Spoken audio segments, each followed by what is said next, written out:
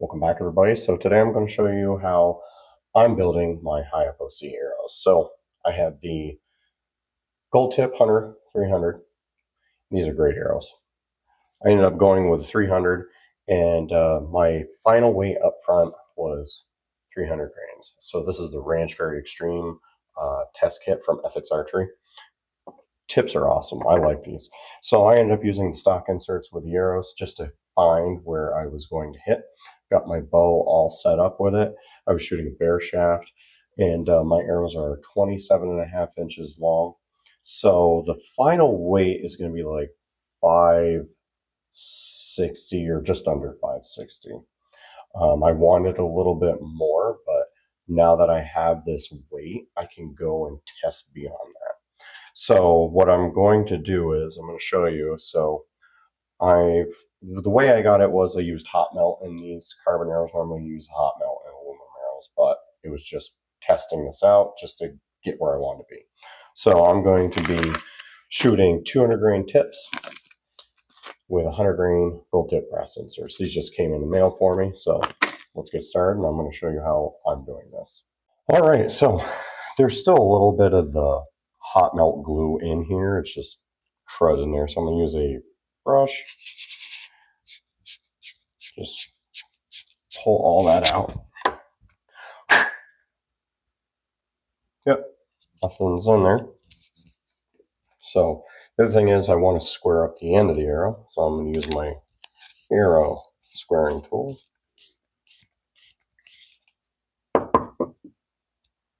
That's all squared up there. So now I take my brass insert.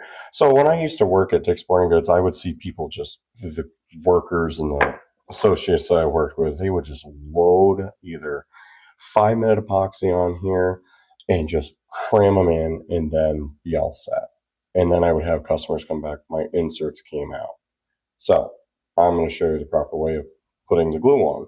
So I use the Instant Arrow glue. So I'm going to put the insert partially in, get the glue. So I'll put the glue on these joints here, just like that, and then I'll start twisting. I'm sure a lot of you know this, but I'm just showing you anyway. Twisting, turning the arrow or the insert, and before you push it up through, I always wipe off the excess of the glue.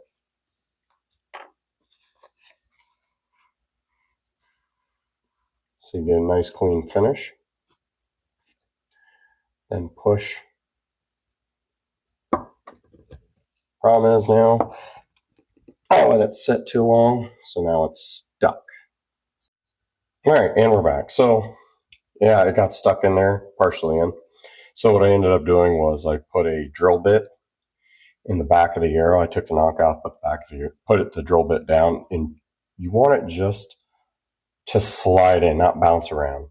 And then all I did was I smacked it, forced it out, and got the insert out, and then I re-glued it, got it all pushed back in. So now that this is set and dry, I want to actually true up this surface here with the arrow squaring tool as well. Because if that's not square, it's not going to fly right. And I want it to fly right.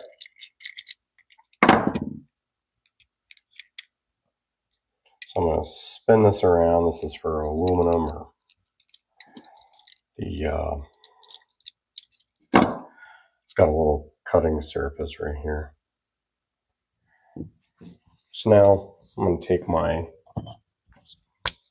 marker and I'm going to mark up the end of the insert.